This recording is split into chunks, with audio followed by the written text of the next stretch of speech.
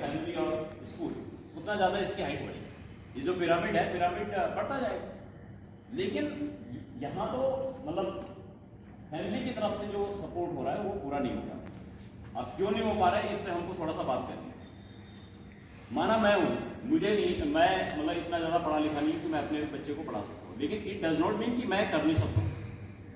Parenting जो है ना, एक मैंने नीचे लिखा है there is no parenting manual. Parenting का कोई मैनुअल नहीं है।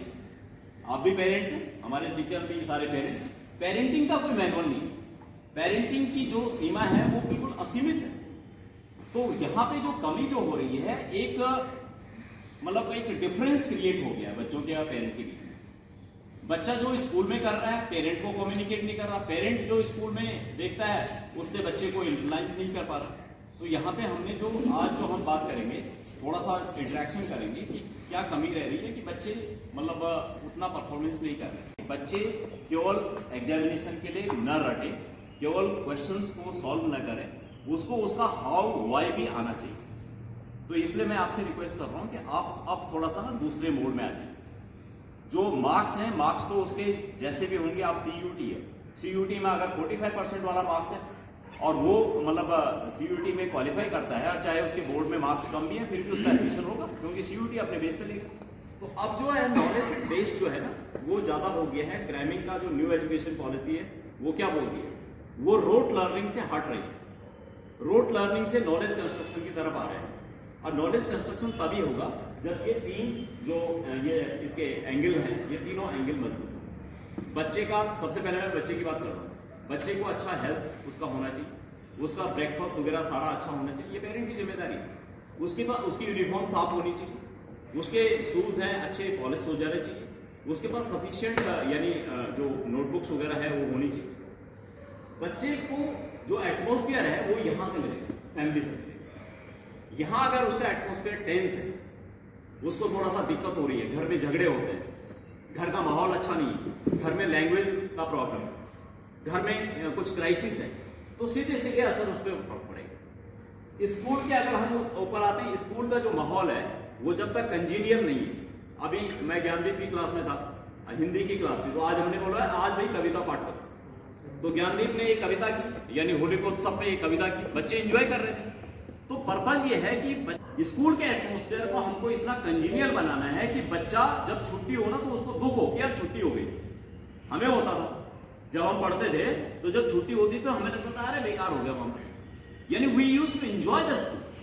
तो स्कूल को जब तक बच्चा एंजॉय नहीं करेगा कैसे काम चलेगा। अब एंजॉय के लिए आपको ये नहीं है कि आपको कोई ड्रामाबाजी करनी है, नहीं, आप इतना ज्यादा उसके साथ इंटरलाइज कीजिए, इतना ज्यादा उसको यानी अट्रैक्ट कीजिए अपनी एक्टिविटी से। अब तो एक्टिविटी बेस्ड लर्निंग हो गई।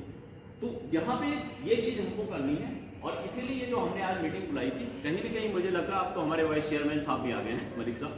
तो हमारा ये है कि मतलब पर्पज हमारा ये है कि बच्चा जो है ना, जिस तरीके से उसको काम करना चाहिए वो काम वो नहीं कर पा रहा, और जब वो नहीं कर पा रहा है तो फिर कहीं ना कहीं उसकी परफॉर्मेंस फॉल हो रही है। आइए प्लीज। तो पेरेंट्स से मेरी रिक्वेस्ट है कि बच्चों का जो 4 तरीके की स्टडी होती है, पहले 3 होती थे, अब 4 होती। Number 1 traditional, teacher is there, students are here, पढ़ा रहा है टीचर, बच्चे सुन रहे हैं, ठीक है, वो बात अलग है कि वन साइडेड या बोथ साइडेड हो रहा है। सेकंड स्टडी सेल्फ स्टडी, जो बच्चा अपने आप करे, किसी की जरूरत नहीं है। The child and his books, यहां पे बहुत बड़ी प्रॉब्लम है। आजकल सेल्फ स्टडी बहुत कम हो रही है। थर्ड टाइप की स्टडी क्या है कि एक पेयर और ग्रुप के साथ स्टडी होती है, उनके पेयर ग्रुप हैं, पार्टनर्स हैं, दोस्त हैं, उनके साथ वो स्टडी करते हैं, वो भी कम हो रहा है। और फोर्थ, आजकल ये नहीं आ गई है ऑनलाइन, ये जो आज BMC चल रही है आज ऑनलाइन, ये ऑनलाइन का लगता ऐसा है कि बहुत कुछ हो रहा है, एक्सपर्ट टीचर वहां से दे रहा है, ये कर रहा, वो कर रहा, लेकिन पता चला कि कुछ हो ही नहीं। In case the child is not focusing, child is not concentrating on that, या वो उसके साथ वो कनेक्ट ही नहीं है, तो what is that? वो तो केवल ऑडियो विजुअल चल रहा है। वो देखो, लिसनिंग और हियरिंग में क्या अंतर है। लिसनिंग इज अटेंटिव लिसनिंग, जिसको कहते हैं, आप मुझे सुन रहे हैं, ये लिसनिंग। लेकिन अगर ये कौवे की आवाज बाहर से आ रही है, हम सुन रहे हैं, तो that is not listening, that is hearing. हम कौवे को सुनना नहीं चाहते, कौवे की आवाज आ रही है, देखो, we do not listen, want to listen, but the sound is coming two years. तो ये हियरिंग है, जबकि आप मुझे जो सुन रहे हैं ये लिसनिंग। तो होता क्या है, कई बार क्लास में हियरिंग होती है, लिसनिंग नहीं। Physically the child is there but mentally he is not connected with the teacher. तो यहाँ पे भी प्रॉब्लम है। तो ये 2-3 चीजें जो हमको कर रही हैं, ये बड़ी परेशानी कर रही है। तो मेरा जो फोकस है पेरेंट को, आज मैं ज्यादातर ये बोलना चाहता था कि जो उसकी सेल्फ स्टडी वो बहुत कम हो रही है। चाहे वो आधे घंटे के लिए करे, 1 घंटे के लिए करे, जब तक उसकी सेल्फ स्टडी नहीं है, आप उसको कोटा भेज दो, आप उसको बीएमसी में भेज दो, आप उसको फिटजी में भेज दो, वो बात नहीं रहेगी। हो सकता है क्वालिफाई कर ले बच्चा, लेकिन क्वालिफाई करके फिर आगे क्या उसका ट्रैक होगा, ये बहुत मुश्किल बात है। इसीलिए हम जो बोलते हैं ना सस्टेनेबल एजुकेशन की बात करते हैं। सस्टेनेबल एजुकेशन में क्या है कि उसका हेल्थ भी हम देख रहे हैं, उसका रिलेशनशिप भी देख रहे हैं, उसकी एजुकेशन भी देख रहे हैं, उसका अपने फ्रेंड्स के साथ उसका इंटरेक्शन भी देख रहे हैं। अभी आज जितने बच्चे आए हैं, जितने बच्चे आज आए हैं, आप एक स्टडी करो, एक एनालिटिकल स्टडी करो कि these children are better place. चाहे उनके मार्क्स कम होंगे, मतलब सस्टेनेबल एजुकेशन की तरफ वो बच्चे जो नहीं आए हैं, अब उनको या तो पीटीएम का फेयर है, या चलो नहीं जाना है, कैजुअल एटीट्यूड है। तो मैं पेरेंट्स से ये रिक्वेस्ट करना चाहता हूं कि कैजुअल एटीट्यूड बिल्कुल बंद करो। अगर 1 घंटे के लिए भी बच्चे को स्कूल बुलाया जाता तो आना है, डिसिप्लिन इज डिसिप्लिन, आना है। अभी फॉर एग्जांपल जो वेस्टर्न कंट्रीज हैं, इनके एजुकेशन है हमारे एजुकेशन में अंतर क्या है, ये लोग बड़े पर्टिकुलर होते हैं। अगर क्लास होनी है तो होनी, इनके यहाँ इतने क्लास नहीं होती जितनी हमारे यहाँ होती। My daughter is in US, जब मैं उसको बोलता हूँ तो वो बोलती है यहाँ तो कुछ है ही नहीं, लेकिन जो भी है वो बिल्कुल फिक्स है। वो अगर क्लास होनी है तो होनी है, चाहे 1 स्टूडेंट है तो क्लास होगी, 10 है तो क्लास होगी, जो उनका वर्क है वो होगा। और वहां पे कोई ऐसा पढ़ाया नहीं जाता जैसे हम लोग बच्चों को मैक्सिमम चीजें देते हैं। वहां पे तो होते थे, this is the problem you have to solve. She is doing there that analytical study on colon cancer. तो जब उसको वो बोलते हैं हमको तो सिचुएशन मिल जाती है, हमको तो वो करना था। तो मेरा कहने का मतलब क्या है कि हम भी अपने बच्चों को थोड़ा स्ट्रांग बनाए। जो हमने उनको प्लेटर पे देना शुरू कर दिया ना, थाली पे तराश के, तो वो हम बंद करें। टीचर से भी मैं रिक्वेस्ट करूंगा कि टीचर भी बच्चों को थोड़ा सा इस तरीके से इग्नाइट करें कि वो सेल्फ की तरफ ज्यादा, जिसका सेल्फ डेवलप होगा ना वो स्ट्रांग बने। और हम उनको क्या करते हैं, पैरासाइट बना देते हैं, हम उनको डिपेंडेंट बना देते हैं। बीएमसी का मटेरियल है, हमारा है, टीचर के नोट्स नहीं है, वो अपने आप कुछ करेगा। तो जो बच्चा अपने आप कुछ नहीं कर रहा वो सब। इसलिए मैं आपसे रिक्वेस्ट कर रहा हूँ, कई बार मुझे मतलब लगता होगा कि मैं बच्चों को तो बोल देता हूँ, लेकिन पता चला एटमोस्फेयर ही नहीं है। और घर में इस तरीके का जब उसको एटमोस्फेयर नहीं मिलेगा तो कैसे हो पड़ेगा। और दूसरी बात यह है कि positive attitude towards the school, positive attitude towards the education, positive attitude towards the society. Attitude हमेशा पॉजिटिव होना चाहिए, कहीं भी कोई भी नेगेटिव एटीट्यूड नहीं होना चाहिए। जहां नेगेटिव एटीट्यूड आ गया वहां पे अदर लर्निंग तो वहीं चली गई।